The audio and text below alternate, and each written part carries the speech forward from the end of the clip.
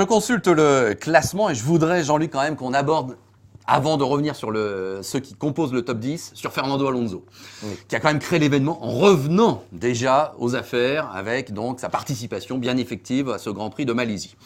Alors le voilà, ça y est, en plein donc dans cette histoire peut-être difficile de McLaren Honda. Bon, comment tu analyses ce week-end de retour pour Alonso et cette équipe? Alors déjà, une grande joie de le revoir en bon état, j'allais dire, parce que bon, même si on avait des communications rassurantes, même s'il parlait, même si on savait qu'il n'était pas gravement blessé, on peut toujours se dire qu'un pilote qui a subi malgré tout une sortie de piste de cette nature, capable quand même de le mettre un mois hors jeu. Sur les conseils des médecins, on peut se dire qu'il y a quand même un petit quelque chose qui ne va pas, il y a peut-être un ressort de rompu. On a compris dès les premières séances d'essais libres où il a mis un point d'honneur à devancer Button, que naturellement, bon, ça y est les gars, je suis de retour, le patron est là, enfin un autre des patrons, parce que double champion du monde quand même si c'était il y a longtemps, maintenant il y a presque 10 ans, mais bon, ok.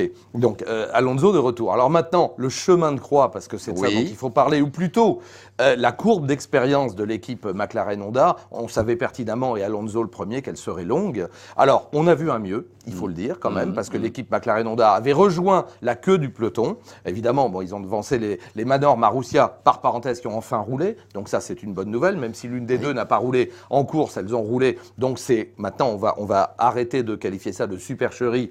Ok, ils roulent, tant mieux. Donc, j'en reviens à Alonso et à McLaren Honda. Alonso est de retour et nul doute que le travail qu'il va mener va contribuer avec celui de Button, naturellement, à ramener l'équipe de plus en plus proche et milieu de paquet, etc.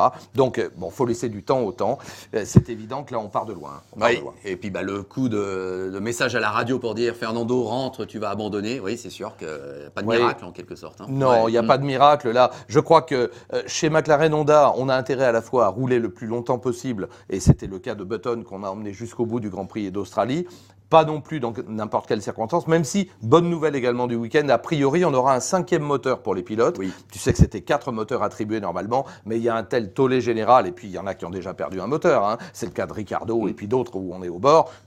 Cette règle, pour moi, je suis désolé, elle est stupide, prétendument pour faire des économies. Bon, donnons-leur un 5e moteur et permettons aux pilotes de ne pas prendre des pénalités dans la fin du parcours. Pour conclure avec Alonso, là, ce qui est assez frappant, c'est que beaucoup ont pensé à Alonso en voyant cette belle victoire de Vettel. Elle fait plaisir à tout le monde, on l'a dit tout à l'heure. Mais en même temps, tout le monde n'a pas pu s'empêcher d'avoir une pensée pour Alonso, qui était chez Ferrari il y a encore quelques mois et qui ramait depuis des années pour... Et là, on a l'impression que oui, c'est Vettel qui va récupérer peut-être une mise fameuse. Alors, si tu permets, je mets un petit bémol quand même. Parce que pour moi, le parcours d'Alonso chez Ferrari... Évidemment que c'est un échec dans la mesure où il n'a pas été champion du monde, on est bien d'accord. Mais quand même, il n'a pas démérité. Alonso, il s'est battu. Il est resté 5 ans au sein de la Scuderia Ferrari. Bon, la mayonnaise n'a pas pris, tu sais, il manque peu de choses. Et puis surtout, à chaque fois, on est tombé d'abord sur un Vettel et une équipe Red Bull dominatrice, et puis là, une équipe Mercedes dominatrice. Donc, on peut en faire grief à Fernando, mais pas complètement et pas que lui. Donc, c'est un ensemble. C'est une alchimie, une mayonnaise qui ne passait pas, en tout cas, entre Alonso et Ferrari à ce moment-là. Alors oui, il peut y avoir du regret, de la frustration. Maintenant, Alonso, il a quand même gagné, et pas mal gagné avec Ferrari. Les 2 dernières victoires de Ferrari, évidemment, faut remonter à 2013, mais c'était lui qui les avait décrochées, donc en Chine et en Espagne. Donc oui, on peut avoir une petite pensée. Oh, il a dû l'avoir aussi en disant, bon.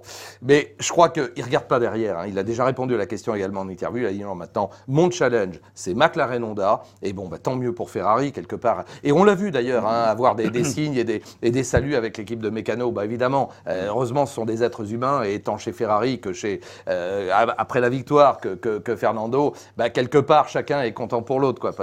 Et je pense que chez Ferrari, on espère que Fernando reviendra vers le devant de la grille assez rapidement.